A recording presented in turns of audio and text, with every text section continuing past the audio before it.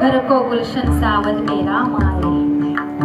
बघा, अगदी सगळ्यांनीच आपल्या अंगणापुढे रांगोळी काढायची आहे, पणत्या लावायच्या आहे आणि तो आनंद आपल्याला या ठिकाणी साजरा करायचा आहे.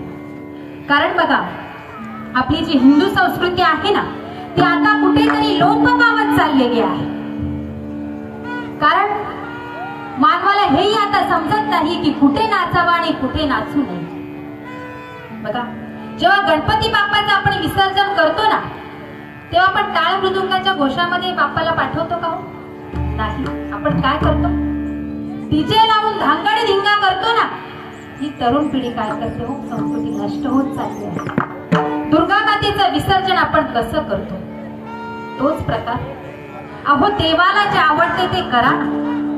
हे कलियुगात जर आपण आपली संस्कृती नष्ट केली तर पुढच्या पिढीवर त्याचे काय प्रतिसाद उमटतील?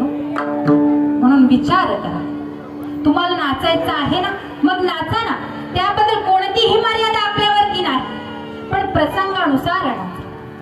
तुम्हाला 22 जानेवारीला नाचायचं आहे ना, मग नक्कीच नाचा. पण कसं नाचा? हजारो टाळकऱ्यांच्या साक्षीने नाचा, हजारो मृदुंगाच्या गजरात नाचा. मग कसं नाचायचं? यारे नाचू प्रेमानंदे, यारे नाचू प्रेमानंदे,